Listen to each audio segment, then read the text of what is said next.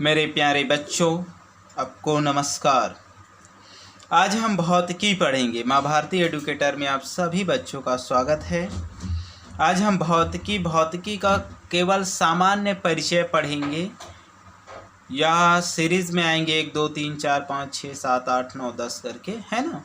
ये सामान्य परिचय होगा, मूलभूत जानकारी भौतिकी के बारे में होगा, बल्कि संपूर्ण भौतिकी नहीं होगा। यह कक्षा 11वीं के लिए होगा, ठीक है। तो भौतिक शास्त्र विज्ञान की वह शाखा है जिसके अंतर्गत द्रव्य व ऊर्जा एवं इनके पारस्परिक संबंधों का क्रमबद्ध एवं वैज्ञानिक अध्ययन किया जाता है। तो हम जानते हैं कि भौतिकी द्रव्य और ऊर्जा तथा उनके अंतर संबंधों का अध्ययन भौतिकी कहलाता है ना। अब ऐसा कोई भी पिंड जो स्थान घेरता हो, जैसे कहा जाए कि अब एक पत्थर ले लो, किताब ले लो, है ना, एवं जिसका भार होता है। किताब का तो वजन होता है, बॉटल, है ना, बॉटल स्थान घेरता है, उनका भार होता है। जिनका स्थान होता है, स्थान घेरता है और भार होता है, उन्हें हम द्रव्य कहते हैं, ठीक है। तो किसी भी द्रव्य का द्रव्यमान हमेशा स्थिर रहता है। द्रव्यमान में कोई भी परिवर्तन नहीं होता है, वह हमेशा स्थिर रहता है। जबकि जो भार होता है वो परिवर्तनशील होता है। जैसे अगर हम बिलासपुर में हैं तो हमारा वजन मान लो 60 किलो है। अगर हम चंद्रमा में चले जाएंगे तो हमारा वजन 10 किलो होगा, क्योंकि यहाँ से वहाँ का गुरुत्वीय भार 1/6 कम है, ठीक है। इसी तरह से अगर हम मध्य से उत्तरी ध्रुव की ओर जाते हैं तो भी वजन क्या होगा, बढ़ने लगेगा, जबकि दक्षिणी ध्रुव की तरफ जाने से वजन धीरे धीरे घटने लगेगा। मतलब पूरी केंद्र में विभिन्न स्थानों पर जो गुरुत्वीय त्वरण का मान होता है वह भिन्न भिन्न होता है। यही कारण है कि जो भार होती है वह परिवर्तनशील होती है। और ऊर्जा का मतलब जानते हो, कार्य करने की क्षमता को ऊर्जा कहा जाता है। कार्य करने की क्षमता को ऊर्जा कहा जाता है। तो द्रव्य एवं ऊर्जा का न तो सृजन किया जा सकता है न विनाश किया जा सकता है। मतलब द्रव्य और ऊर्जा अविनाशी है। अविनाशी का मतलब जिनका विनाश न हो, मतलब भगवान है, ऐसा कहा जा सकता है। बल्कि इनको एक रूप से दूसरे रूप में सिर्फ रूपांतरित किया जा सकता है, परिवर्तित किया जा सकता है, ठीक है। पानी से बर्फ़ बनाया जा सकता है, बर्फ़ से गैस बनाया जा सकता है, गैस से फिर पानी बनाया जा सकता है ना। एक रूप से दूसरे रूप में परिवर्तित होती रहती है, इनका विनाश कभी नहीं होती है। इसलिए इस सिद्धांत को ऊर्जा संरक्षण का सिद्धांत के नाम से भी जाना जाता है। हम मापन में देखते हैं कि मापन जो प्रणाली है, इनके बारे में हम पहले भी अध्ययन कर चुके हैं, है ना। तो मापन जो राशियों को मापने के लिए 3 जो मुख्य पद्धतियां हैं, जैसे CGS पद्धति। तो CGS पद्धति का मतलब होता है सेंटीमीटर ग्राम सेकंड पद्धति। CGS पद्धति मतलब सेंटीमीटर ग्राम सेकंड पद्धति। MKS पद्धति का मतलब होता है मीटर किलोग्राम सेकंड। MK से मतलब मीटर, K का मतलब किलोग्राम और S का मतलब सेकंड, ठीक है। इसी तरह PS पद्धति फुट पाउंड सेकंड, इसे ब्रिटिश पद्धति भी कहते हैं। तो हम जानते हैं ये तीनों पढ़ चुके हैं, CGS पद्धति, MKS पद्धति और FPS पद्धति। ये 3 पद्धतियां मापन की जो पहले प्रचलित था, वर्तमान में नहीं है। मापन की प्रणाली जो SI मात्रक है, जो अंतर्राष्ट्रीय मानक है, 1971 में जो अंतर्राष्ट्रीय जो सेवरस नामक स्थान पर जो एक अंतर्राष्ट्रीय बैठक हुआ था, उनमें यह निर्णय लिया गया कि SI मात्रक ही जो है संपूर्ण विश्व में मान्य होगा। तो इस पद्धति के अंतर्गत 7 मूल राशियां निर्धारित की गई। उस बैठक में सेवरस नामक जगह में 1971 में यह निर्धारित किया गया कि यह जितने भी वस्तु हैं पूरे ब्रह्मांड में, उनको केवल 7 ही मूल राशि द्वारा मापा जाएगा। उनका मूल पद्धति 7, मूल राशि कितनी है, 7। प्रत्येक राशि का एक मूल मात्रक निर्धारित किया गया। तो प्रत्येक राशि का एक मूल मात्रक निर्धारित किया गया। मूल मात्रकों की सहायता से अन्य मात्रकों भी ज्ञात किया गया, जिन्हें हम व्युत्पन्न मात्रक कहते हैं। तो मूल मात्रकों की सहायता से अन्य राशियों के मात्रक ज्ञात किए जाते हैं, जिन्हें व्युत्पन्न मात्रक कहते हैं। तो मूल राशियां भी देखे थे और मूल मात्रक भी देखे थे। मूल राशि जैसे लंबाई है तो लंबाई का मीटर और उनका मात्रक है एम, ठीक। द्रव्यमान किलोग्राम, इनका मात्रक है केजी। ताप है केल्विन के। समय है सेकंड एस।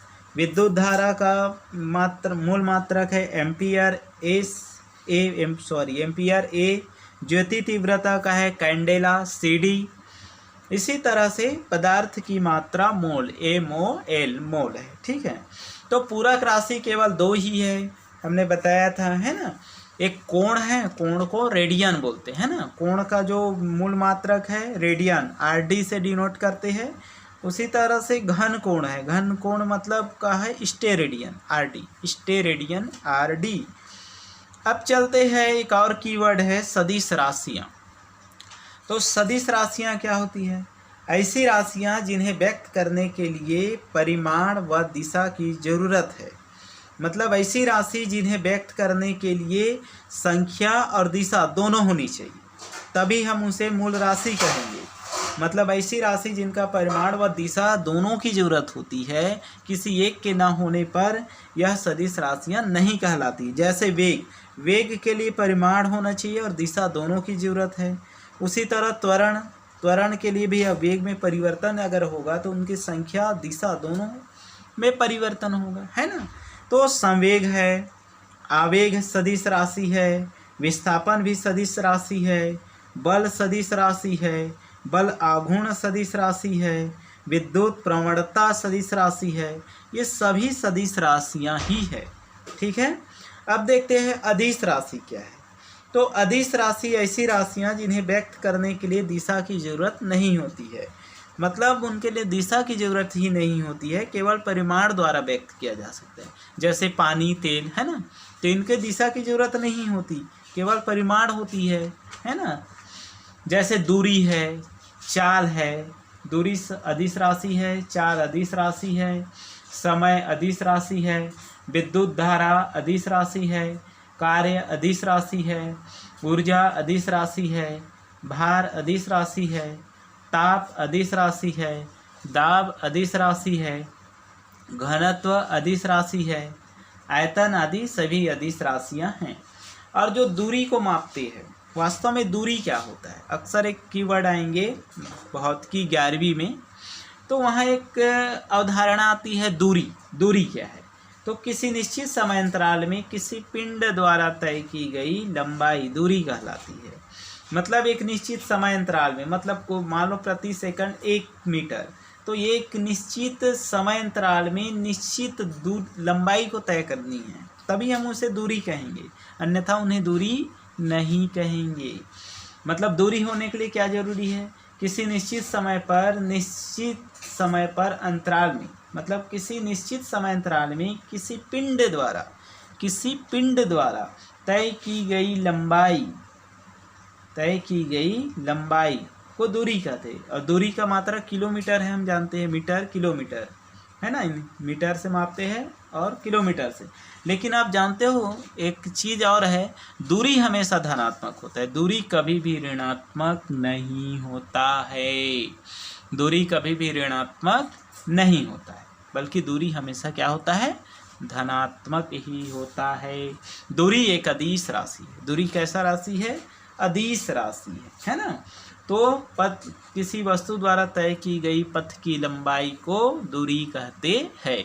किसी वस्तु द्वारा तय की गई पथ की लंबाई को दूरी कहते हैं।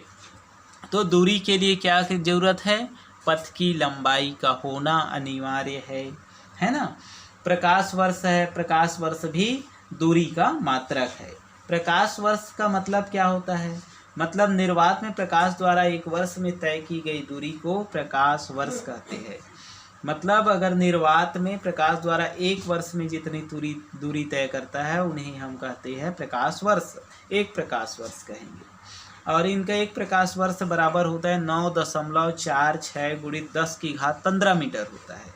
9.46 गुणित 10 की घात 15 मीटर एक प्रकाश वर्ष होता है। इसी तरह से खगोलीय इकाई होता है। सूर्य से पृथ्वी के बीच की औसत दूरी को एक खगोलीय इकाई कहते हैं। सूर्य से पृथ्वी के बीच की औसत दूरी को एक खगोलीय इकाई कहते हैं। मतलब सूर्य और पृथ्वी इनके जितनी बीच की जो जितनी लंबी दूरी है ना, 1.5 × 10⁻11 मीटर है।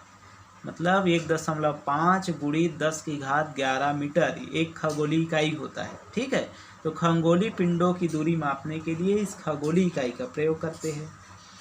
ठीक है, इस और चाल मतलब जानते हो, एकांक सेकंड में चली गई दूरी चाल कहलाती है। ठीक है, एकांक सेकंड में चली गई दूरी चाल कहलाती है।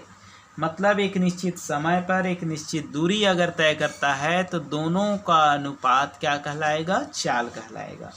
तो एकांक सेकंड में चली गई दूरी चाल कहलाती है। चाल एक अदिश राशि है। चाल कैसा राशि है?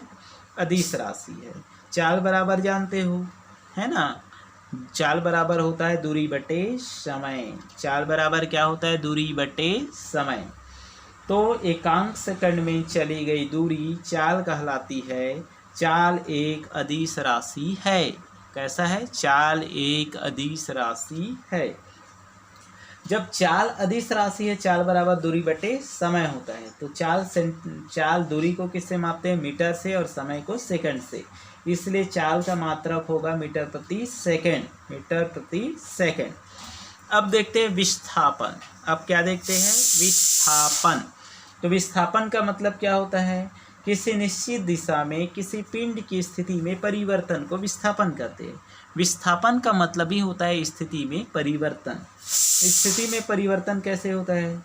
किसी निश्चित दिशा में कोई पिंड की स्थिति में अचानक परिवर्तन हो जाता है, उन्हें हम क्या कहेंगे? विस्थापन। तो किसी निश्चित दिशा में किसी पिंड की स्थिति में परिवर्तन को हम विस्थापन कहते हैं। और जो विस्थापन होती है वो धनात्मक हो सकती है, विस्थापन ऋणात्मक भी होती है, विस्थापन शून्य भी होती है। मतलब विस्थापन होने के लिए धनात्मक, ऋणात्मक व शून्य कुछ भी हो सकता है। मतलब विस्थापन होने के लिए धनात्मक, ऋणात्मक और शून्य कुछ भी हो सकता है। विस्थापन का मात्रक भी दूरी की ही मात्रक जैसी होती है। विस्थापन का मतलब होता है स्थिति में परिवर्तन होती है।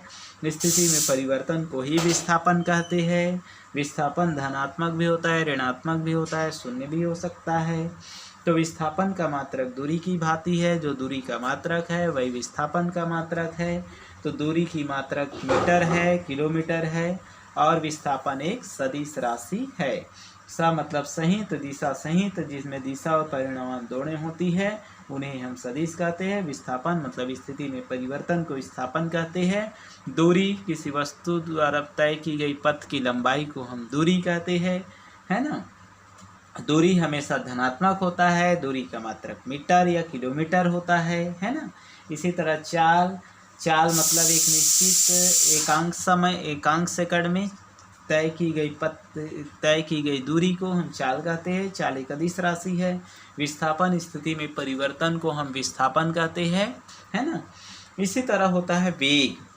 वेग का मतलब किसी पिंड में एकांक समय में हुआ विस्थापन वेग कहलाता है। किसी पिंड में एकांक समय में हुआ विस्थापन मतलब किसी पिंड में अचानक से परिवर्तन आ जाए, स्थिति में परिवर्तन हो जाए। मतलब कोई पिंड है और अचानक से उसमें विस्फोट हो जाए, परिवर्तित हो जाए, तो इसे हम वेग कहेंगे। मतलब कोई कार चल रही है और अचानक उसकी स्पीड बढ़ जाए तो उन्हें कहेंगे हम वेग।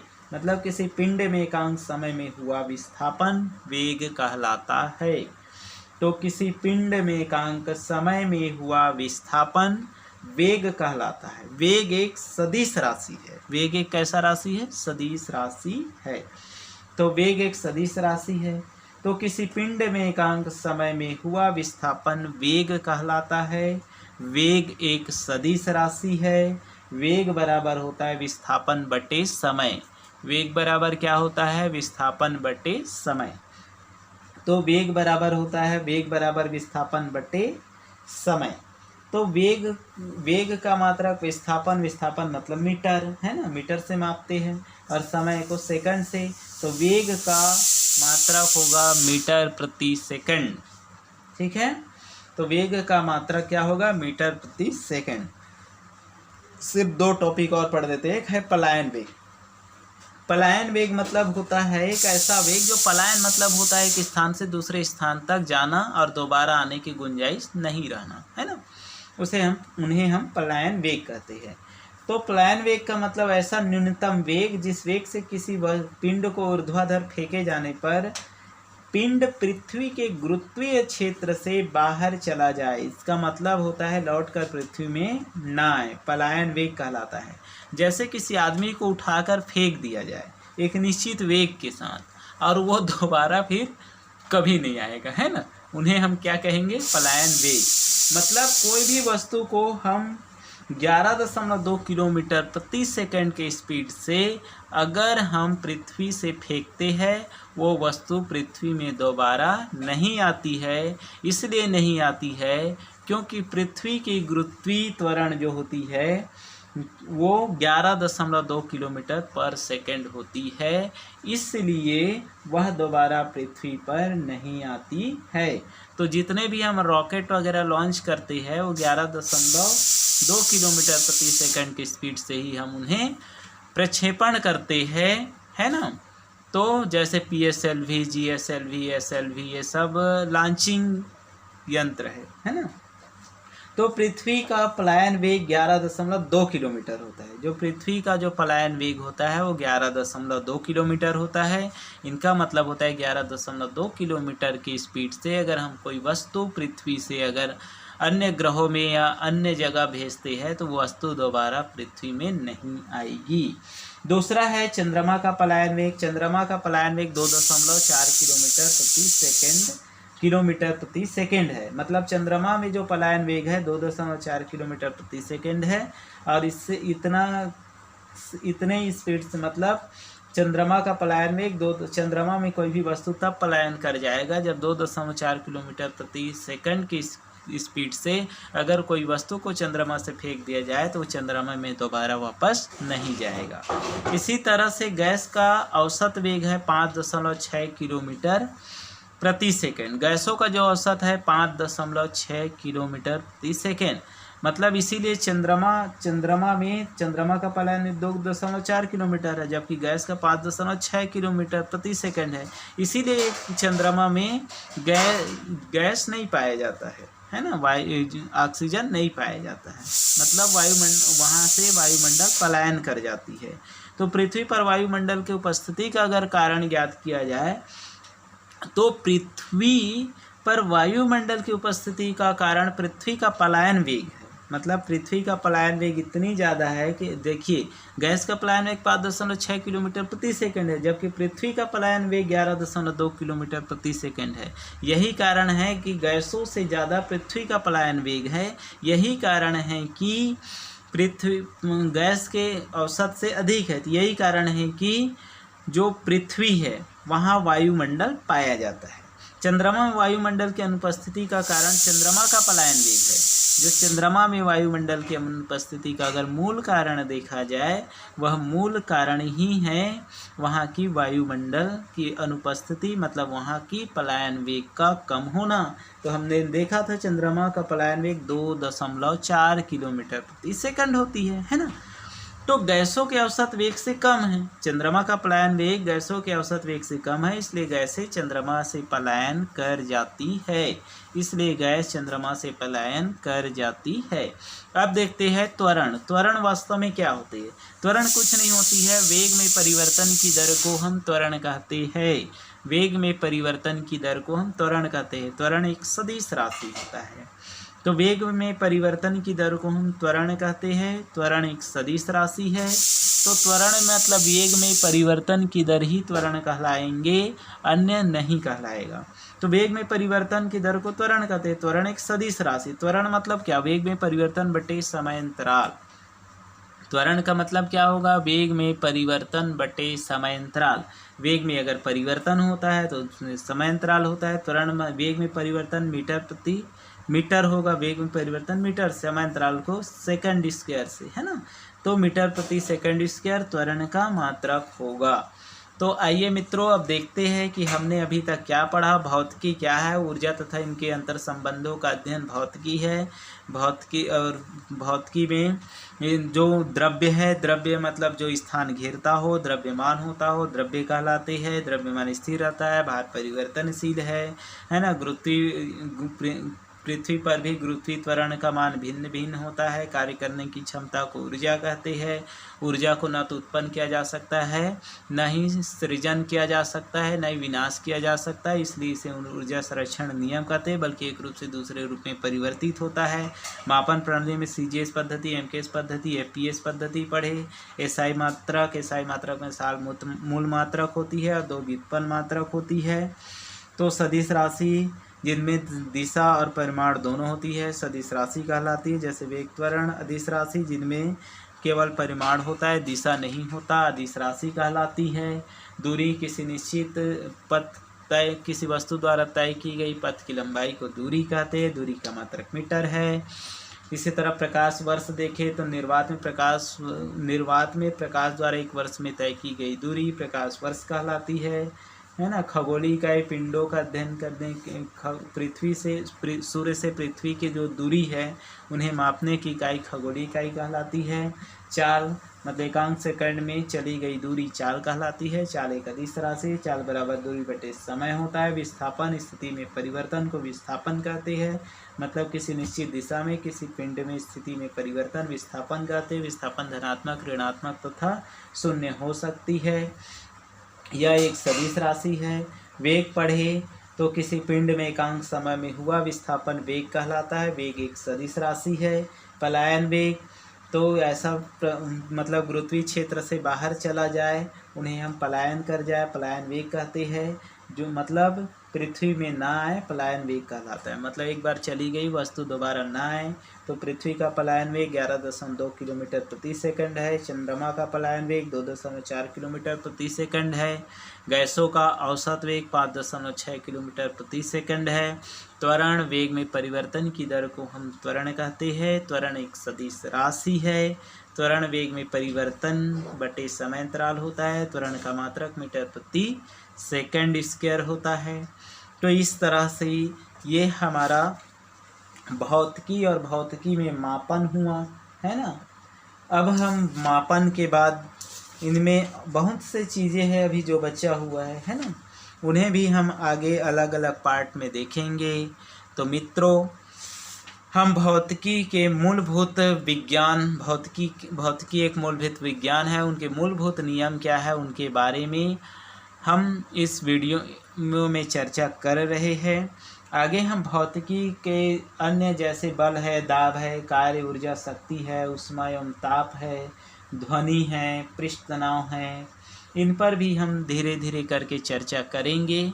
ठीक है मित्रों, तो अगर आपको यह वीडियो पसंद आया तो हमारे चैनल को सब्सक्राइब कीजिए, लाइक कीजिए तथा शेयर कीजिए तथा हमें कमेंट करके बताइए कि आपको यह वीडियो कैसे लगा। माँ भारती एडुकेटर को सब्सक्राइब कीजिए। तो मित्रों, अब हम अगले वीडियो में फिर से मिलते हैं। ठीक है, नमस्कार, धन्यवाद।